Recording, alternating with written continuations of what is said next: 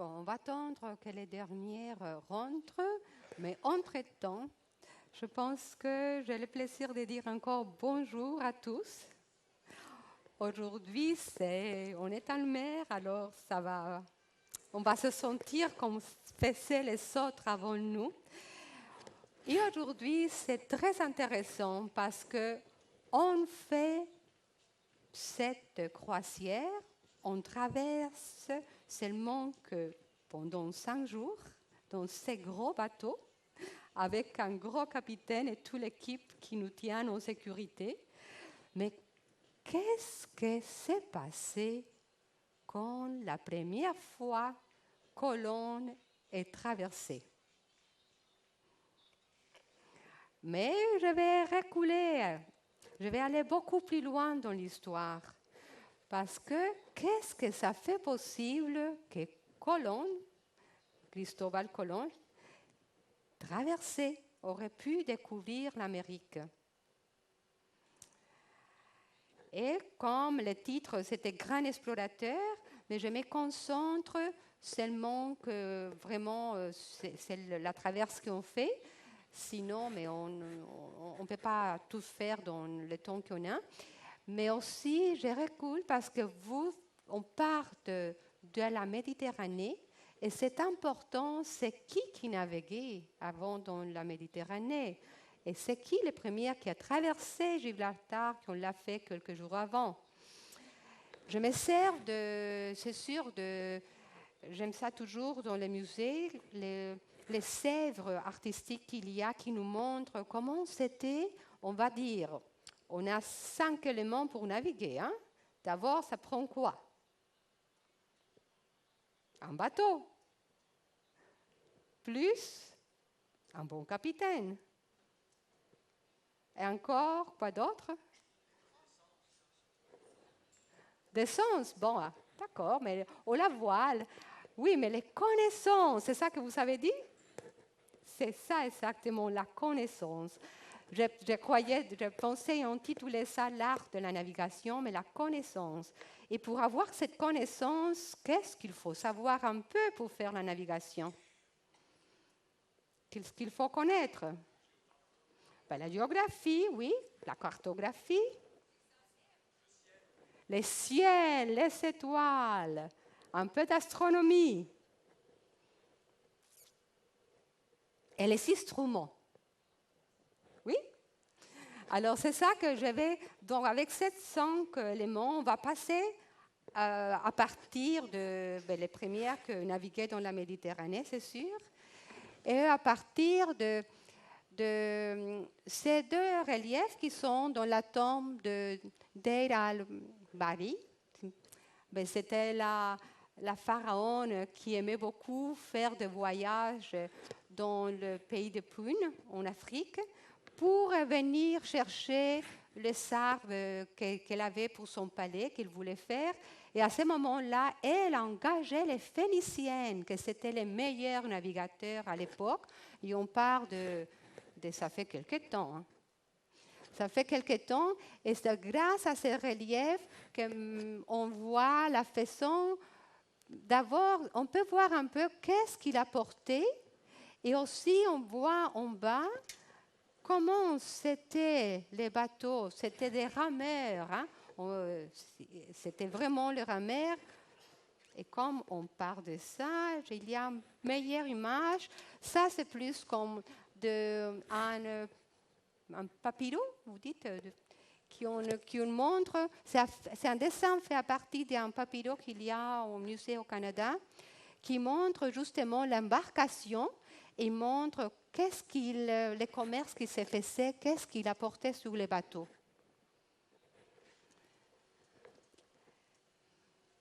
Et si on veut continuer plus tard dans l'histoire, parce que on sait qu'à cette époque, c'était vers le pays.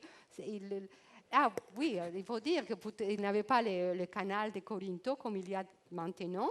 Alors, ce qu'ils ont fait, c'est qu'ils ont fait un chantier naval déjà dans la mer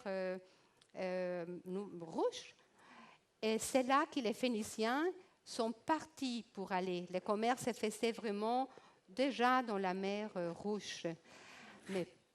Mais on parle de Phéniciens. On s'intéresse maintenant, c'est eux qui ont traversé. On est allé à Cadiz et on savait que les Phéniciens sont partis, qui faisaient aussi, c'était les commerçants. Alors, va dire, nous montre plus comment c'était à l'époque le bateau phénicien.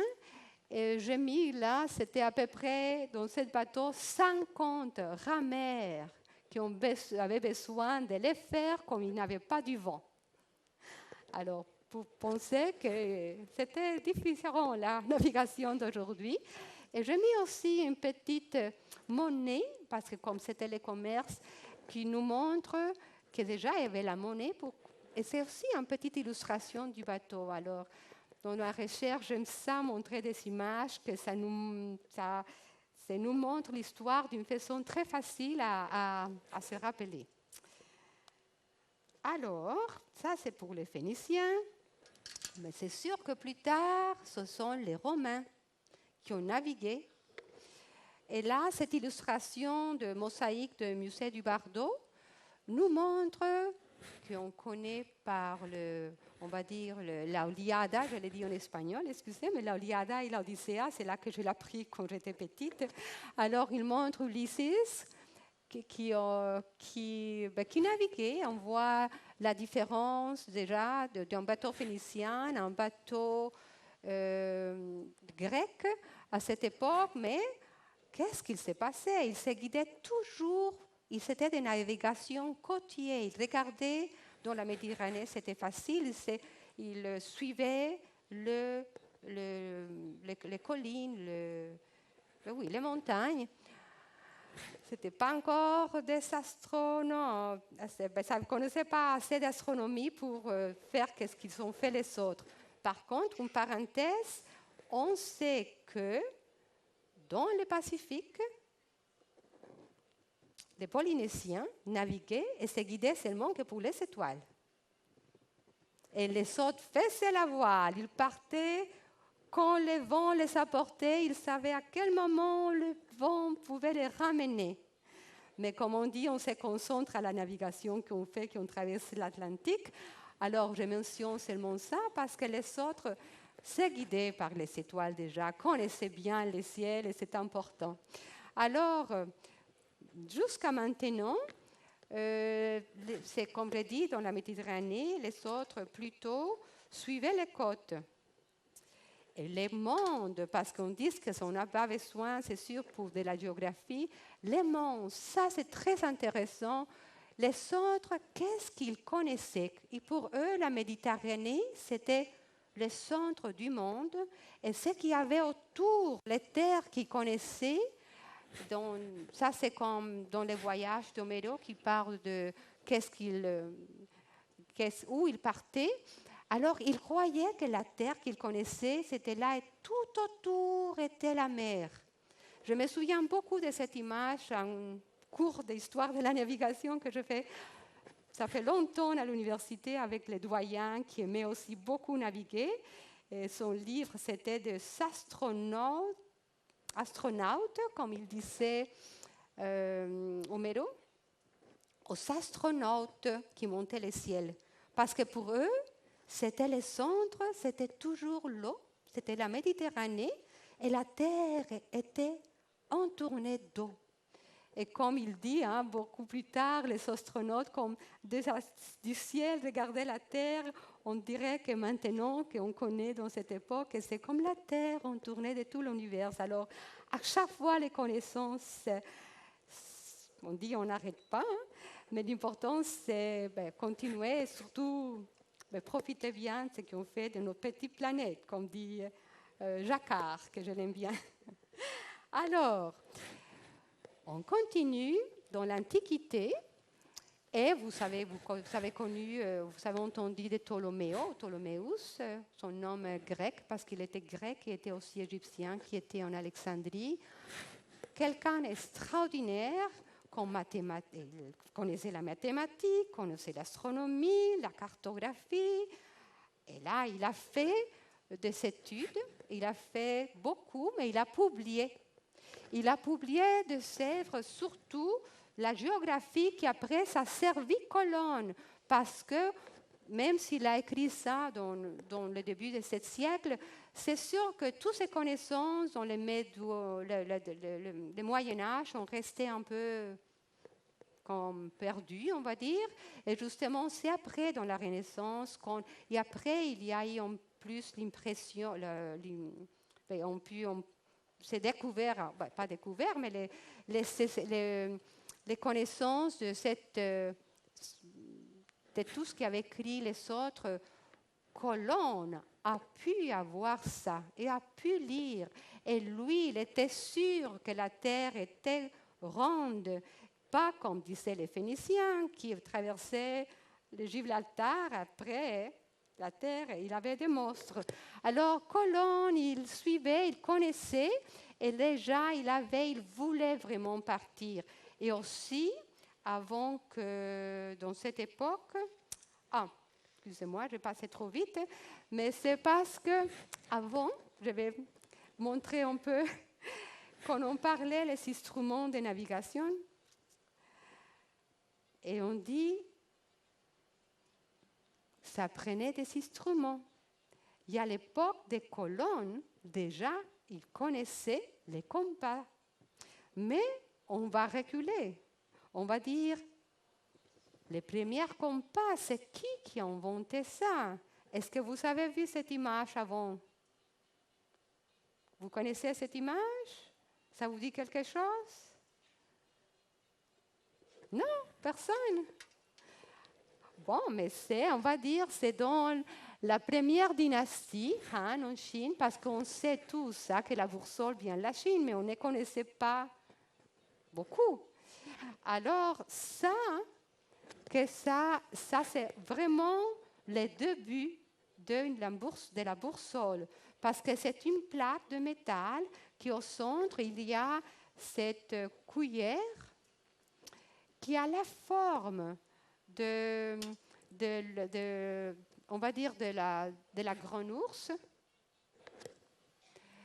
Et c'est déjà, il y a en espagnol, excusez-moi, mais c'est le principe des champs magnétiques.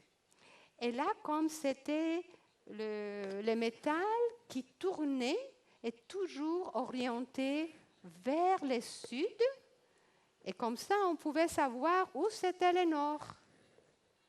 Mais ils disent que le Chinois se servait de cette première, pas vraiment pour la navigation, mais c'était plus avec celles qui font des feng shui, pour organiser, harmoniser les palais et tout, ça servait plus de ça. Par contre, les principes étaient là. Ils savaient déjà les champs magnétiques qu'il pouvait avoir parce que plus tard, c'est devenu comme une aiguille, pour montrer où c'était le nord et c'était le sud. Et au début, c'était dans l'eau qu'il les mettait, c'était comme ça dans l'eau, et l'aiguille magnétique, on va dire magnétisée, montrait où c'était le nord et le sud. Est-ce que vous avez entendu ça avant? Alors, on va parler de ça après. Et qu'est-ce que ça donnait? C'est sûr, ça perfectionnait pour avoir déjà plus tard les degrés, pour savoir plus comme des principes de la rosse du vent, qui va nous montrer, comme c'est dans les bourseaux d'aujourd'hui, quelle direction on peut prendre. Alors, ça, c'était une petite introduction, une petite chose sur un des instruments, la boussole. Mais il y avait autre chose, on parlait les astres. C'était important de savoir où c'était, parce que c'est sûr que maintenant qu'on vient dans la Caraïbe, nous, les étoiles, on les voit toujours, c'est les mêmes, mais ça change de latitude et c'est différent. Alors, pour savoir, connaître la latitude dans l'ancienneté, c'était les Arabes qui avaient l'astrolabe. Et c'était avant, c'était plus pour s'orienter à la terre. Est-ce que vous avez connu un astrolabe? Vous l'avez vu dans votre main parmi vous? Non? Je vous explique un tout petit peu comment ça fonctionne. C'est sûr que lui, c'est une pièce que c'est au musée de Oxford, c'est extraordinaire. J'ai eu l'occasion à Québec, ils m'ont, à musée Stuart, ils m'ont laissé prendre et vraiment les défaire dans la partie des objets du musée.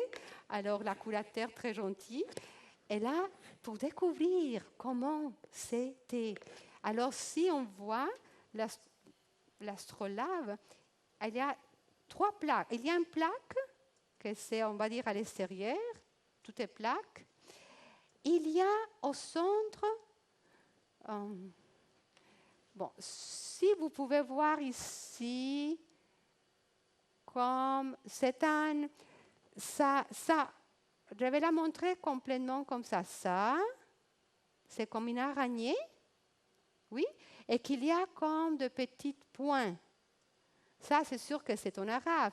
Mais ça, c'était pour montrer, c'était vraiment fait la connaissance qu'il y avait du ciel, de l'astronomie, que chaque point, vraiment avec les noms, montrait une étoile qu'on connaissait. Et comme le troisième, c'est la partie qui est rotative, alors ce qui fait sens, c'est prenez l'astrolabe, voyez une étoile qu'il connaissait, les gardez, les mettez en ligne directe, on va dire, et après ça, elle pouvait voir l'angle pour savoir l'altitude où c'était, ou bien le soir les étoiles, ou bien le jour le soleil. Et là derrière, il avait tout un calendrier, comme les calendriers nautiques qu'on se sert aujourd'hui, pour savoir pas seulement l'altitude et l'altitude, hein, l'azimut, on va dire, mais aussi l'heure.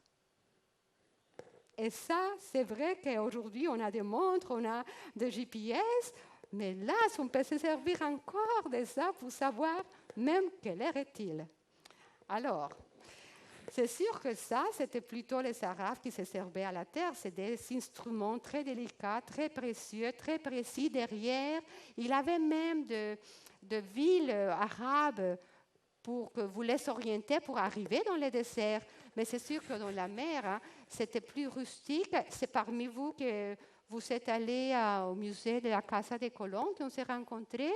Vous avez pu admirer un vrai astrolabe marin.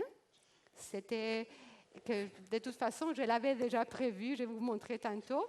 Mais alors, Colomb partait aussi, il avait d'un côté l'information de Ptolémée, il avait aussi un astrolabe marin, il avait aussi un boussole. Ben, ça prenait du bateau, ça prenait, c'est sûr que la reine les donne finance son expédition. Alors, ça prenait le bateau. Alors, oh, excusez-moi, j'étais trop avancée parce que des fois, c'est parce que quand je parlais les arabes, je les faisais comme, mettez en séquence, et je suis partie déjà avec l'Olon. Ça, c'est intéressant. Quand je vais vous montrer les cartes de Ptolomeo, c'est intéressant de les montrer la carte du Méditerranée, la connaissance qui parlait Homero. Mais ça, c'était plus tard. Et ça, c'est une carte aussi que Colomb connaissait parce que de l'autre côté, les Arabes avaient déjà navigué. Et le monde qu'ils s'imaginaient, c'était qu'ils sont décrits. Je vais vous faire parce qu'on voit ça et on ne se situe pas beaucoup. Hein. La réalité, c'est que c'est à l'envers. Alors, à l'envers, on voit que c'était l'Arabe, ou l'Arabie, et là, c'était l'Europe, et c'était le l'Orient comme ils connaissaient. Mais encore, tout était entouré de l'eau, parce que jusqu'à maintenant, mais il n'y avait personne qui avait traversé. Avant de parler, je pense que je préfère vous montrer. Et si on continue dans la cartographie, ça c'était aussi incroyable. J'étais contente, je l'avais prévu, présenté. Quand je vois, parce que lui, l'original est au musée à Paris, mais lui, quand je vois la Casa de Colón à Las Palmas, une reproduction, j'étais ravie. J'ai dit, tiens, c'est intéressant, ce parchemin que c'est. Il y avait quelqu'un parmi vous que c'est ici, vous l'avez vu? Vous n'avez pas eu le temps d'y aller là. Bon, je vous le présente. C'est à peu près cette grandeur,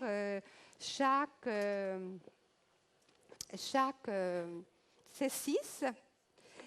Et là, ici, je montrais seulement que 4, sinon je ne pouvais pas les faire. Mais en détail, c'est plus important, c'est la partie qui nous intéresse. Que ici, c'est sûr, c'est l'Europe, c'est Cadiz que nous sommes partis. Ici, c'est les îles Canaries. Là, il y a aussi déjà la rose du vent. Alors, il y a beaucoup d'informations qui, à cette époque, se servaient, comme les autres à ce moment, mais il avait plus de temps pour détailler. Alors, les mondes qu'il y avait dans cette époque, mais la façon que c'était l'époque, le monde à cette époque. Alors, mais vous êtes en français, alors quand vous retournerez, si vous avez l'occasion et ça vous intéresse, à la Bibliothèque nationale de France, vous pourriez admirer l'original. Et alors, encore un dit, c'est apprenez la connaissance, et Colón connaissait ça. Connaissait encore Ptolomeo, plus, déjà, il avait les Salémins, il avait Nuremberg, il y a Martin Behaim, je ne sais pas la prononciation, mais avait déjà construit, encore il avait une reproduction, on va dire, au musée. C'est à peu près cette grandeur. Il y a partout les musées, je pense que vous l'avez vu. Mais qu'est-ce que c'est bien? L'autre ne savait pas. Alors tout le monde savait qu'il avait la Chine de l'autre côté, mais ne savait pas la distance qu'il y avait. Et c'est ça l'information qu'il y avait Colón. Alors avec ça, il a fait son calcul. Et en plus, il connaissait les vents, parce qu'il avait le marin qui savait qu'il avait un vent très fort, que c'est les salissés pour partir. Et il avait les courants marines, mais il avait aussi pour retourner dans l'autre période, l'année, le printemps, pour arriver aux Açores. Colón avait navigué, il connaissait, on avait dit aussi, il avait l'école, on avait parlé un tout petit peu quand on a dit que grâce à Henri, le navigateur, alors il avait des connaissances. Je pense que, est-ce que c'est clair? Alors, les voilà. Avec toutes ces connaissances, lui, il est parti. C'était une belle illustration avec l'astrolabe marin qu'il avait. J'ai pu le trouver plus en détail, plus grand. Et j'ai mis aussi, parce qu'on parle des cartes, les premiers dessins que Colón a fait de l'Espagnola. Alors, c'est sûr que c'est fait à la main, mais quand même, c'est déjà quelque chose. J'admire beaucoup qu'est-ce qu'il a fait pour se traverser, parce que si vous avez lu, si ça vous intéresse, le journal à bord, c'est très intéressant. Alors, ça prenait les bateaux. Et ça, c'est sûr que c'est l'image, parce que je voulais vous montrer une belle image. Mais on a eu la chance, quand on était à Santa Cruz de la Palma, d'y avoir le petit musée, d'y avoir les bateaux, que c'était exactement la même dimension. Et qu'on pouvait rentrer, et qu'on pouvait... Ça, c'était la Santa Maria, parce que Colón, dans son premier voyage, est parti dans cette bateau, on va dire. Alors, quand on pense toutes ces aventures, et c'est aussi très intéressant, la façon que se vivait avant, mais il croyait qu'il arrivait avant, il n'arrivait pas, et tout ce qui s'est passé. Et en plus, il avait un instrument qui avait à voir, ça c'est la seule reproduction que j'ai trouvée plus claire pour vous montrer. de l'arbalète. Est-ce que vous avez vu un? Mais c'était le même principe pour pouvoir voir le sastre. La seule différence, c'est que c'était au lieu de, comme l'astrolabe, de voir la simute, on va dire, de l'étoile. Lui, il va être pas l'angle, mais lui, il va faire plus la tangente. Alors, lui, il est parti. Alors, il avait les 3 embarcations. Et c'est bien aussi parce que nous, on était à Santa Cruz de la Palma et c'est là que ça a pris les bois pour faire la ligne, l'embarcation. Et c'est aussi à Las Palmas, que dans les musées, on pouvait rentrer. Il avait une bonne reproduction faite, comment c'était même la seule pièce qu'il y avait pour dormir, c'était seulement l'admiral, Colón, qui pouvait rester. Et c'était très bien fait, la reproduction. Alors, on a eu la chance d'être dans tous ces endroits, suivre, parce que Colón, c'est sûr qu'il est parti dans tous les 4 voyages. C'est sûr que ce n'était pas seulement Colón, après, c'était tous les autres navigateurs qui sont partis des Canaries, comme nous, et qui ont fait les traverses. Alors, finalement, tous ces périples, et toute la mutinerie même qu'il y a eu à bord, il a pu arriver à découvrir l'Amérique. Alors, je pense que c'était l'image la plus jolie que je peux trouver avec ces 3 bateaux, la joie d'être arrivé. Et là, je me souviens beaucoup quand je lis le journal à bord de lui, qu'il est arrivé la nuit. Il est arrivé et là, il était content, il a eu une belle lune, il a vu comme c'était la plage, parce que c'est sûr que dans la mer, après, on entend à chaque jour notre capitaine, notre commandant qui nous dit la profondeur qu'il y a, les couleurs de la mer, mais avec une belle lune, qu'on voit plus loin, une mer plus claire. Ah, ça. Et en plus, il avait quand même vu un petit oiseau. Alors, quand ils sont vus, il y a la terre, c'était la nuit. C'est sûr que par sécurité, par prudence, ils sont restés face au vent pour arrêter, pour pouvoir rentrer pendant les jours. Et la façon qu'ils décrivent quand ils sont arrivés, qu'ils disent que les celles qui étaient là sont venues, les reçues, tenues, c'est sûr, mais très, la façon qu'il décrit les Indiens qu'il a trouvés, c'est très, très joli. Alors, mais ça, c'est une illustration qu'il y a, bien sûr, je donne les sources, c'est qui qu'il a fait, où il est, par référence. Alors, juste pour finir, il y a des gens qui disent que Colón n'est pas venu avant, que c'était les Chinois. Et c'est sûr qu'il y a, vous avez entendu, des Shenhe? Non? D'accord, c'est vrai que lui est un grand navigateur, qu'il dit il y a plusieurs livres qui se sont écrits de Massy qui disent que c'était les Chinois qui sont venus avant. Et juste ça, c'était une autre conférence, mais c'est parce que j'ai dit, pour traverser l'Atlantique, ça prend un bateau, un bon capitaine, et les connaissances et les instruments.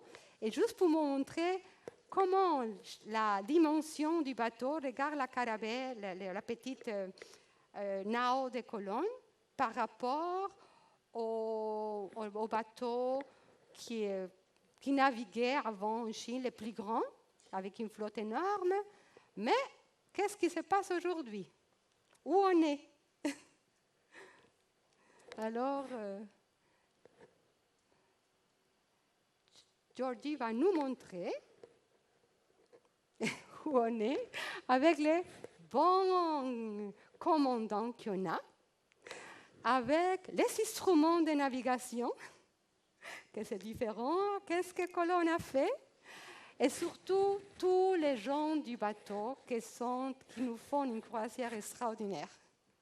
Alors, mais merci à tous pour être venus et j'espère que vous avez plu.